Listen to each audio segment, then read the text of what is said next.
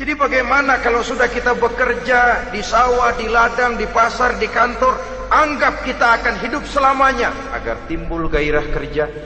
Tapi kalau sudah sholat, anggap kita akan mati besok supaya timbul khusyuknya. Nah, titik tekannya di mana? Stresnya itu. Walaupun Islam mengajarkan sistem keseimbangan, tapi Al-Quran tetap menggarisbawahi walal akhiratu khairul laka minal, bahwa bagaimanapun seimbangnya, akhirat itu lebih utama daripada dunia. Bagaimana implementasinya? Kata orang-orang tua, kalau kita menanam padi, rumput pasti tumbuh, tapi nanam rumput jangan mimpi tumbuh padi. Maksudnya apa? Kalau satu perbuatan kita niatkan karena Allah, dunianya pasti ikut. Tapi kalau satu perbuatan diniatkan karena dunia semata-mata, akhirat akan hilang. Sebab itu, biasakanlah berbuat sesuatu baik untuk tujuan jangka pendek, lebih-lebih untuk tujuan jangka panjang, dengan motif lillahi ta'ala. Jadi saya ulangi, satu perbuatan kalau sudah diniatkan karena Allah, dunia biasanya ikut. Tapi kalau diniatkan karena dunia semata-mata, akhirat akan luput. Padahal itu titik tekannya, walal akhiratu khairul laka minal ula. Saudara-saudara kaum muslimin rahimakumullah, ini tujuan hidup. Jadi landasan tempat kita bertolak sudah jelas, pantai yang akan kita tuju dalam kehidupan ini juga sudah nyata. Kita ingin mencapai apa yang dinamakan fid dunya hasanah wa fil akhirati hasanah. Untuk itu perlu ada keseimbangan, tetapi titik tekannya tetap akhirat lebih utama daripada kehidupan dunia ini. Sekarang kalau sudah ada dasar hidup, sudah ada tujuan yang akan kita capai, tentu harus ada alat untuk mencapainya. Semuanya perlu sarana.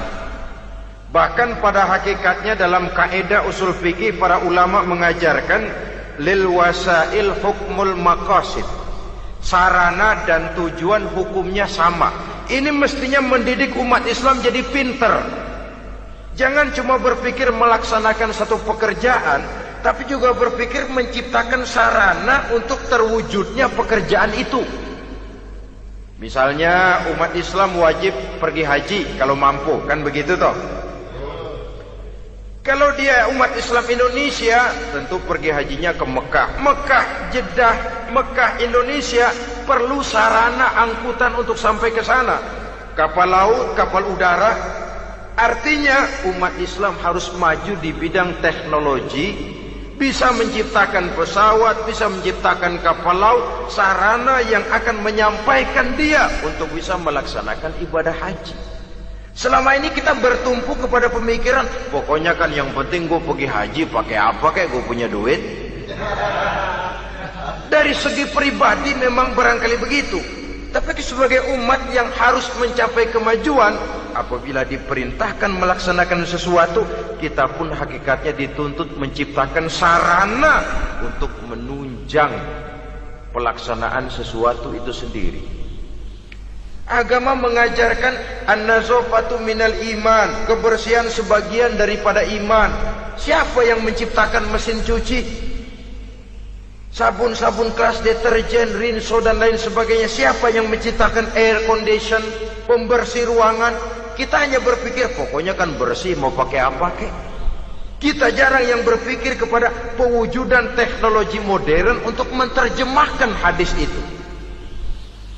Syukurlah belakangan ini sudah muncul teknokrat-teknokrat muslim yang dijiwai oleh semangat Al-Quran membuka tabir rahasia konsepsi Islam di lapangan teknologi modern, yang makin lama makin menunjukkan tuntutan kebutuhan daripada umat itu sendiri.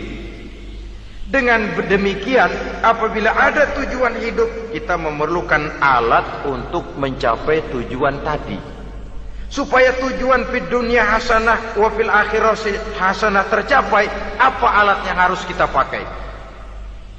Kita lihat surah At-Taubah ayat 111 memberikan jawaban.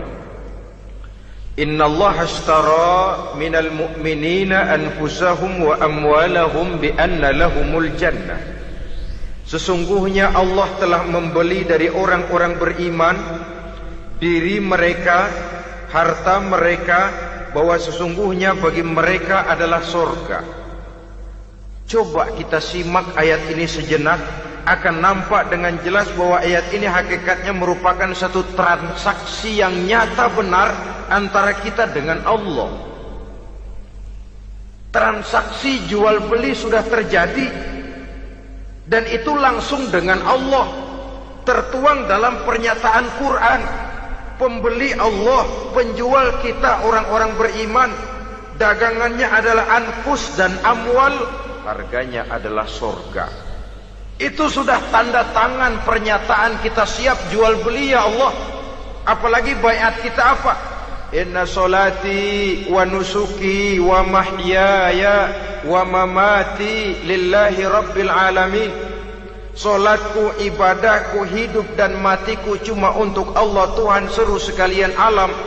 Minimalnya 5 kali sehari semalam baiat ini kita ulang dan kita ulang. Kenapa lalu kita tidak konsekuen? Dalam konteksnya dengan persoalan, maka alat hidup kita itu ada 2. Pertama, anfus. Ini bentuk mufrad dari jamaknya, bentuk jamak dari mufrad nafsun. Biasa diterjemahkan dengan diri.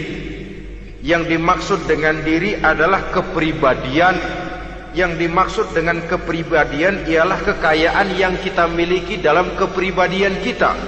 Artinya bisa tenaga, pikiran, konsep, gagasan, wewenang, ide, pangkat, jabatan, kemampuan, keahlian, skill, itu semuanya masuk ke dalam anfus, diri.